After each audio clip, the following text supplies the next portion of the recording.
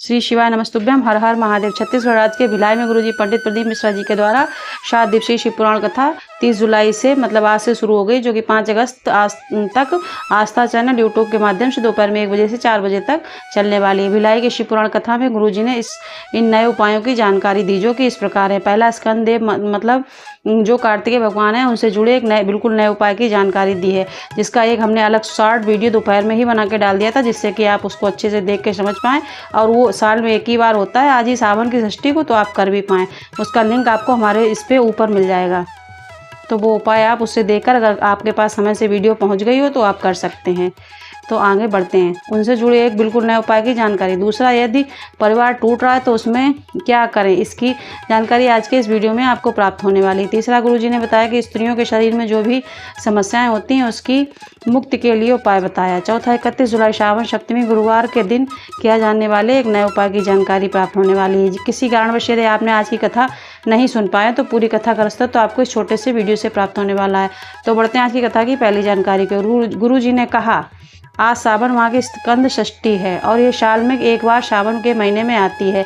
यह वह दिन है जिस दिन भोलेनाथ ने स्कंद देव को, कार्तिकेय बाबा को इतने सारे श्रीशैलम में इतने सारे वरदान दिए थे कि 33 कोटि देवी देवताओं ने भी स्कंद देव को वरों का भंडार दे दिया था। बढ़ते हैं आज की कथा की दूसरी जानकारी की ओर।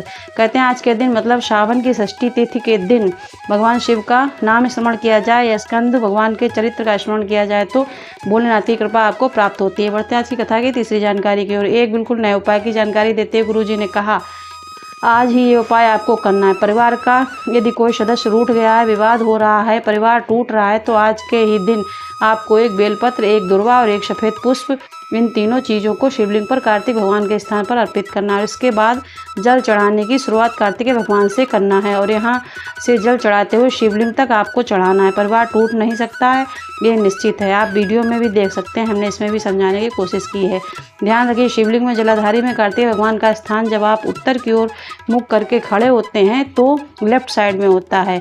वहाँ पर आपको एक बेलपत्र, एक दुर्वा, एक सफ़ेद पुष्प अर्पित करना है, जो ये हम आपको वीडियो में दिखा रहे हैं।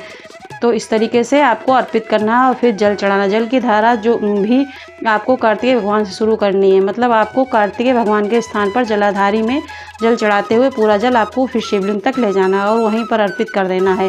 इस तरीके से उपाय आज के ही दिन किया जाता है। और ये उपाय जिनका परिवार टूट रहा है, विवाद चल रहा है, आपस में कोई रूठा हुआ है, मान नहीं रहा है, तो आज के दिन आप ये उपाय कर लीजिए। अभी प्रदोष काल का समय है, तो इस समय पर भी आप शिवलिंग पर जल अर्पित कर सकते हैं। बढ़ते हैं अगली कथा चौथी जानकारी की ओर। तुमरका जी, जिनको घोड़े का मुंह लगा है, हाथ में बीड़ा है, कृपाल लेकर खड़े हैं, जिनका नाम लेने से नारी का ऐसा कोई रोग नहीं जो समाप्त ना हो। शरीर में कहीं पर भी यदि गांठ हो गई हो तो तुमरका जी का नाम लेते हुए शिवलिंग पर जल चढ़ाकर उसका आचमन करने से लाभ जरूर देखने को मिलता है। पर इसके साथ साथ आपको डॉक्टर को भी दिखाना है और पूरा इलाज करना है, लाभ जरूर देखने को मिलेगा। तुमरका जी का नाम स्मरण जरूर करना है। रोग बीमारी में तुमरका जी का स्मरण किया जाता है। हो सके तो उनकी छवि का दर्शन कीजिए, क्योंकि उनका मुख जो है वो घोड़े का लगा हुआ है, शरीर पूरा नारद जी जैसा है। इस तरीके से आप हाथ में बीड़ा लिए हुए आप स्मरण कर सकते हैं, उनकी छवि अपने अंदर एक बिठा सकते हैं। बढ़ते हैं आज की कथा की पांचवी जानकारी की ओर। नौकरी, इंटरव्यू या एग्जाम में सफलता प्राप्ति के लिए गुरुजी ने कहा कि बेलपत्र की बीच वाली पत्ती में शहद लगाकर उसे शिवलिंग पर चिपकाते हुए एग्जाम देने में से सफलता जरूर मिलेगी। पर इसके साथ साथ आपको मेहनत करना है। यह नहीं कि हम ये उपाय कर लेंगे और आप पास हो जाएंगे, ऐसा नहीं। आपको जो आपका सिलेबस है उसके अकॉर्डिंग आपको मेहनत करनी है, पढ़ाई करनी है, याद करना है, फिर अंत में आपको ये उपाय करना है, ताकि आपको जो घबराहट होती है एग्ज़ाम के प्रति वह ना हो और आप फुल कॉन्फिडेंस के साथ एग्ज़ाम दे सकें, अच्छे नंबरों से पास हो सके। आपको 4 गुना अधिक मेहनत करनी है और बाबा की कृपा आपको जरूर प्राप्त होती है। अब बढ़ते हैं अगली छठवीं जानकारी की ओर। चंचला देवी जी तुमरका जी से बोली। चंचला जी कहती हैं, श्री महापुराण का कौन सा मंत्र जपूं? इस मंत्र को जपने से मेरे पति जो बिंदुक हैं प्रेत योनि में, उन्हें मुक्ति मिल जाए और मेरा अखंड सौभाग्य रहे। तो चंचला जी तुमको जी बोले, शिव महापुराण की कथा का मंत्र है। शिव महापुराण कथा ही वह हल है, शिव महापुराण कथा ही सुनना उस फल को प्रदान कर देता है। बढ़ते हैं आज की कथा की 7वीं जानकारी। ये उपाय 31 जुलाई को कर सकते हैं। सप्तमी तिथि है सावन की और शमी पत्र वाला ये नया उपाय है जो कि सावन माह में किया जाता है।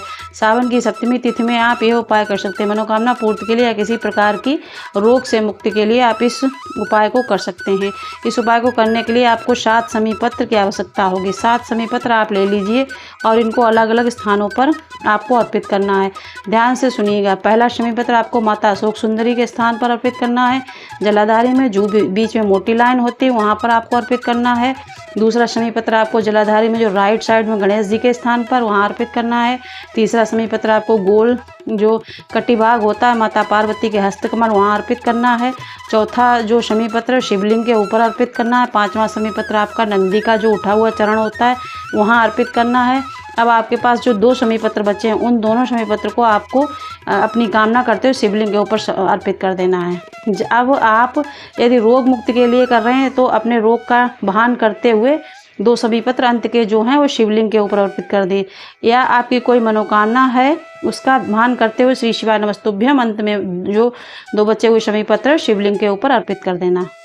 ध्यान रखिए जैसे आप अर्पित कर देना है उसका भान करते हुए आपको अर्पित कर देना है। शमी पत्र जो हैं ध्यान रखिए जैसे आप बेलपत्र अर्पित करते हैं वैसे ही आपको उल्टे करके शमी पत्र अर्पित करना होता है।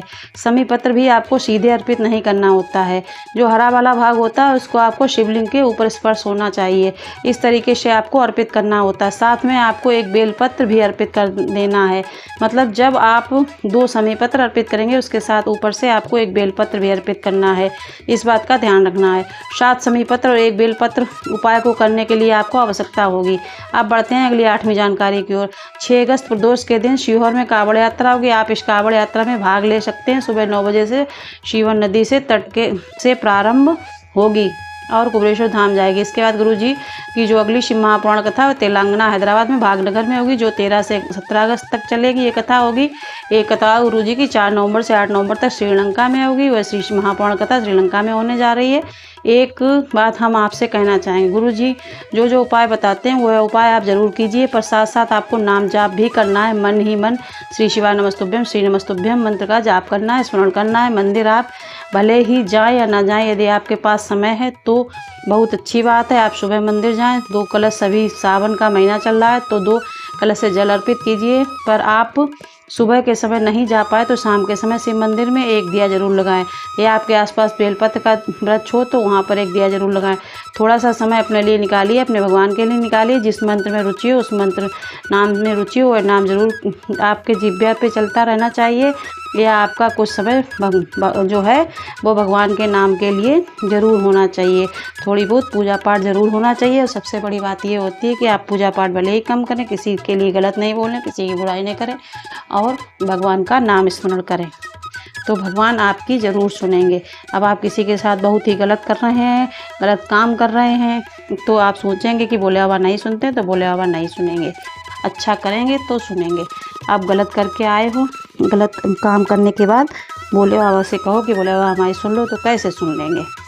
तो भले ही भोले बाबा के मंदिर रोज़ ना जाओ, जल ना चढ़ाओ, लेकिन अच्छे कर्म करो, दूसरों पे दया करो। ये सब करेंगे तो भोले बाबा आपकी ज़रूर सुनेंगे। अगर हमारी वीडियो में आपको कोई भी जानकारी अच्छी लगी हो तो आप कमेंट करके श्री शिवाय नमस्तुभ्यम लिख सकते हैं। हर हर महादेव। श्री शिवाय नमस्तुभ्यम।